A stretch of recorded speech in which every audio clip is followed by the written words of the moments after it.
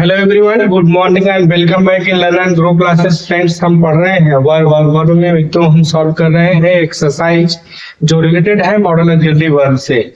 हमने अभी तक के 19 नंबर तक के एक्सरसाइज को सॉल्व कर लिया है। हमने 18 नंबर 16 17 18 19 सॉल्व किया जो मॉडल ऑक्सिलरी वर्ब से रिलेटेड नहीं है। अभी तक के जो एक्सरसाइज हमने सॉल्व किए हैं वो can, could, may, might, will, shall और शुड, वुड से संबंधित सॉल्व किया है। एक बार उसके नियम को रिपीट या रिवाइज करते हुए पढ़ा है, सॉल्व करने का प्रयास किया है। अब जो है नेक्स्ट नंबर पे है वो 20 नंबर की एक्सरसाइज है।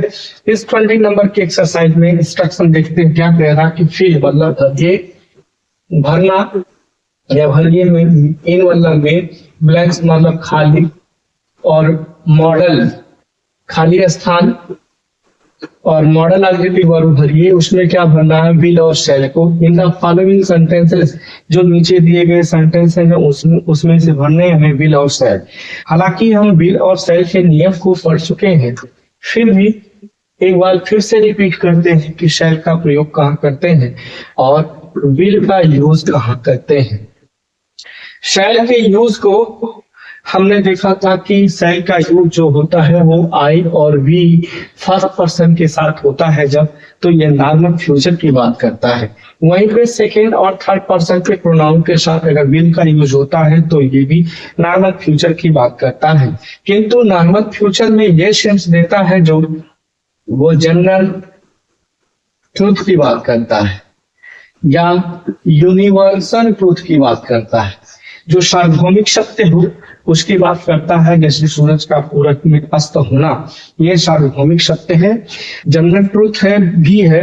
तो हम ये देखते हैं कि जनरल ट्रूथ के सेंस में इसका प्रयोग होता है। दूसरा होता है प्रेडिक्शन, प्रेडिक्शन के सेंस में भविष्यवाणी, भविष्यवाणी के सेंस में होता है। नेक्स्ट यूज देखा हमने कि किसी जो कथन हो उसमें हम रिक्वेस्ट के भाव से भी देखा है, ये रिक्वेस्ट के सेंस में भी ये यूज किया जाता है। नेक्स्ट देखा प्रोबेबिलिटी के सेंस में होता है, संभावना के सेंस में, प्रोबेबिलिटी के सेंस में होता है। एक यूज हमने देखा इनविटेशन के सेंस में, जब हम किसी को निमंत्रण देते हैं उस सेंस में होता है। एक यूज होता है इसका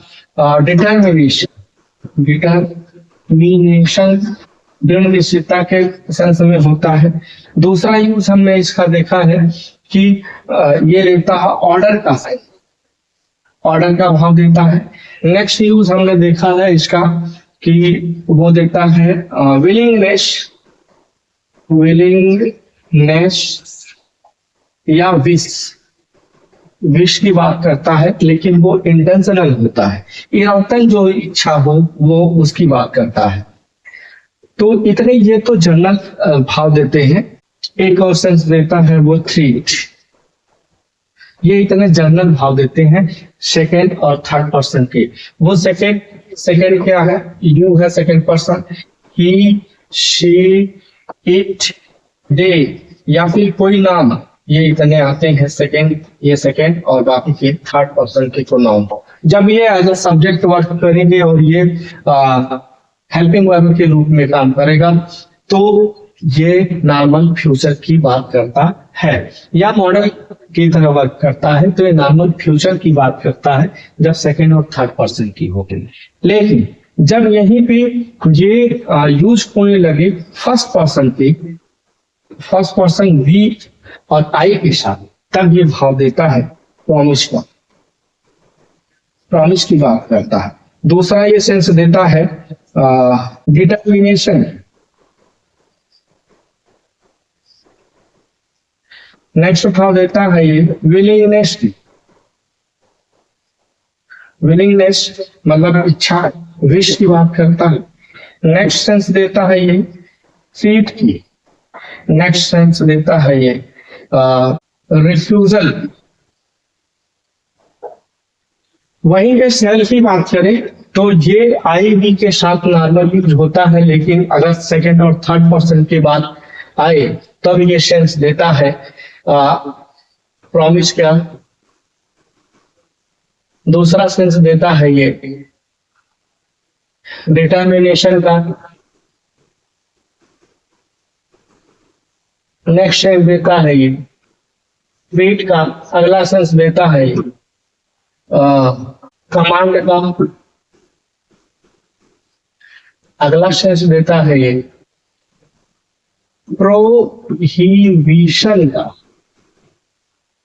प्रोहिबिशन का इतना सेंस देता है जब ये सेकेंड और थर्ड पर्सन की प्रोनाउन के साथ इस्तेमाल किया जाता है। सेकेंड और थर्ड पर्सन जब वर्क करते हैं एज अ सब्जेक्ट और ये वर्क करता है हेल्पिंग या मॉडर्न ऑक्सिलरी वर्ब के रूप में, तब ये सेंस देता है प्रॉमिस का, डिटर्मिनेशन का, थ्रेट का, कमांड या प्रोविशन। प्रोविशन मतलब होता है मनाही के सेंस में यूज किया जाता है, ठीक उसी तरह से जैसे रिफ्यूजल भी मनाही के सेंस। इन दोनों में डिफरेंस ये है मित्रों, ये जैसे वैधानिक होता है, अकॉर्डिंग टू लॉ चलता है, ये पूरी तरह से हमारी इच्छा पे नहीं है। जो नियम बने हैं वो बने हैं, उसका पालन हमें करने पड़ेगी सख्ती से। लेकिन वही पे रिफ्यूजल होता है, ये हमारी इच्छा पे डिपेंड करता है। जैसे मैं उसके साथ नहीं जाऊंगा, आई विल नॉट, हम बिल का प्रयोग करें भी, I will not go there, मैं वहां नहीं जाऊंगा, ये मेरी इच्छा पे है। लेकिन यहाँ जैसे आप फूल नहीं तोड़ेंगे, आप पार्क में लगे तो फूल को नहीं तोड़ेंगे, आप कक्षा में शोर नहीं मचाएंगे, यह नियम है। आपको आपकी इच्छा करे या ना करे मानना पड़ेगा। तो ये इतने हैं जो यूज किए जाते हैं। अब हम आते हैं क्वेश्चन। क्वेश्चन देखते हैं, क्वेश्चन में क्या लिखा है और करने क्या हमें है। पहला लिखा है V dot dot dot work hard, हमें कठिन परिश्रम करना होगा।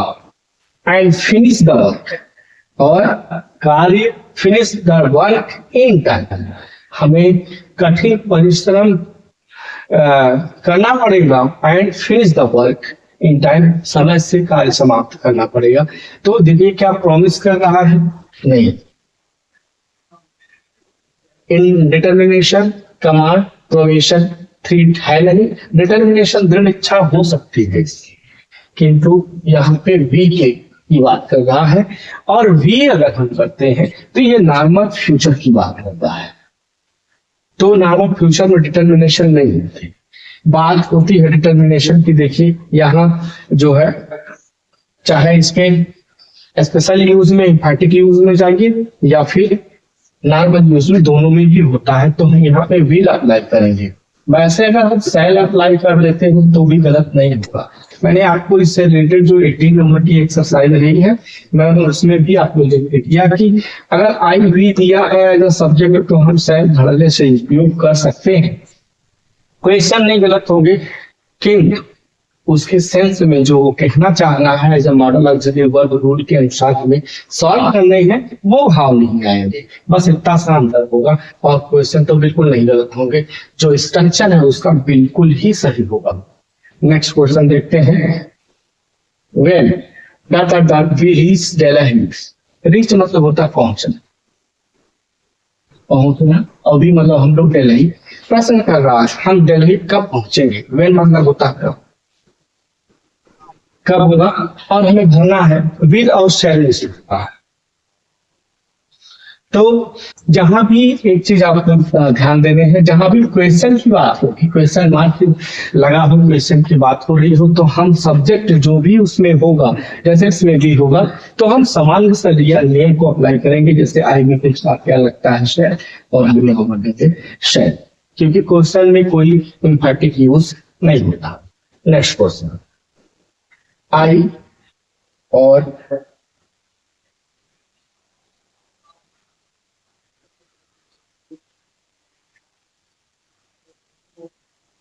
I meet you near the station at 6 PM. मैं तुमसे मिलूंगा। मीट मतलब मिलना, यू मतलब तुमसे, नियर नियर मतलब के पास, के पास, स्टेशन, स्टेशन के पास 6 PM पे मैं तुमसे मिलूंगा। ये बात का क्या कर रहा है, हम आई बी के साथ वैसे सेल अप्लाई कर सकते हैं। जब हमें इंपैक्ट की बात करना होगा तो इसमें आएगा नहीं, क्योंकि ये सेकंड पर्सन आता है।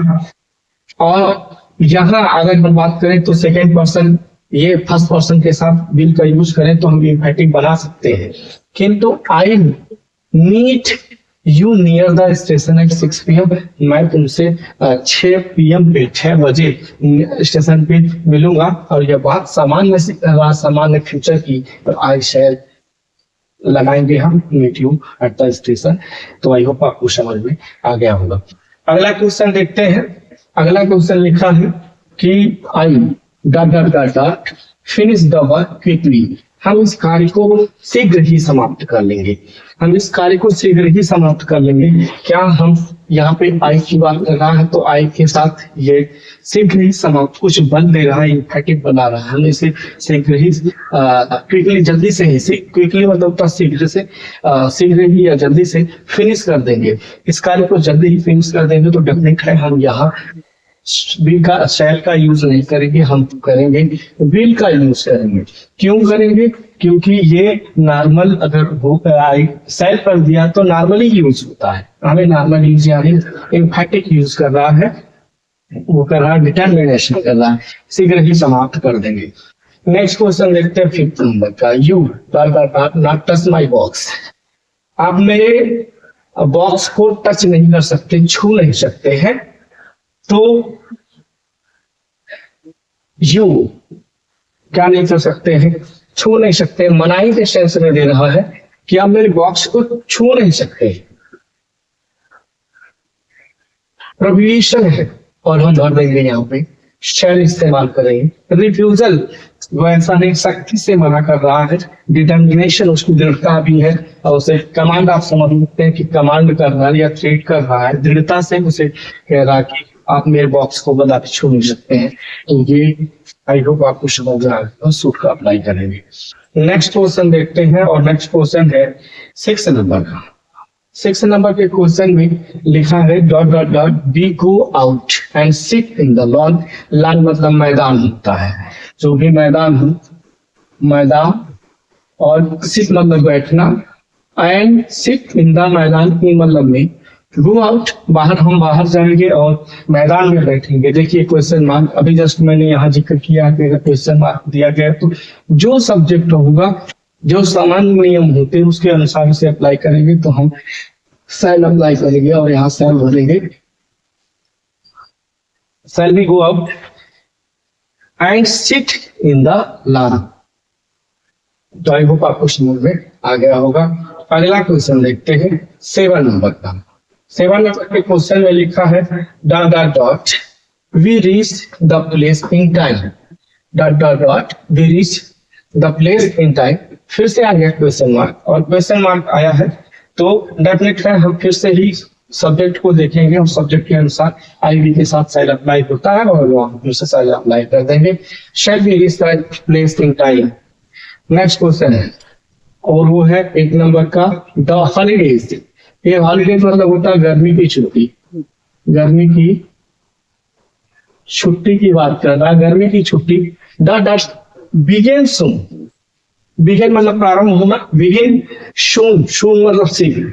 गर्मी की छुट्टी शीघ्र ही प्रारंभ होगी। तो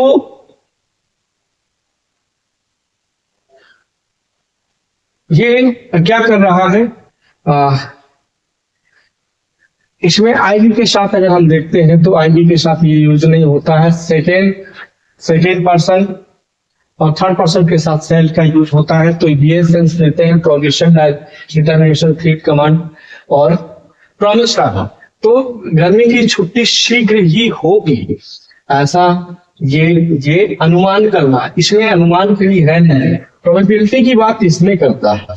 यहाँ देखिए प्रोबेबिलिटी है, विल का यूज करेंगे हम कि शीघ्र ही प्रारंभ होगी, और यहाँ विल का यूज करेंगे कि गर्मी की छुट्टी शीघ्र ही प्रारंभ और शीघ्र ही होगी, प्रारंभ हो जाएगी। तो आई होप आपको समझ में आ गया होगा। नेक्स्ट क्वेश्चन देखते हैं। You open the window. अब देखिए यू आया है तो यू के साथ में क्या होते हैं? विल भरते हैं। हम यहाँ विल अप्लाई कर रहे हैं। क्वेश्चन मार्क है, कोई डाउट नहीं होना चाहिए। नेक्स्ट क्वेश्चन देखते हैं। 10 लास्ट है। I be oblige if you help me in this matter. मैं आपका ऋणी रहूंगा, कृतज्ञ रहूंगा। ओब्लाइज आज्ञाकारी होता है, जैसा हम एप्लीकेशन में लिखते हैं कि मैं आपका कृतज्ञ रहूंगा यदि आप मदद करते हैं मेरी इन दिस मैटर, इस मामले में। तो हम बिल भरेंगे या फिर शायद विल भरेंगे या शैल भरेंगे।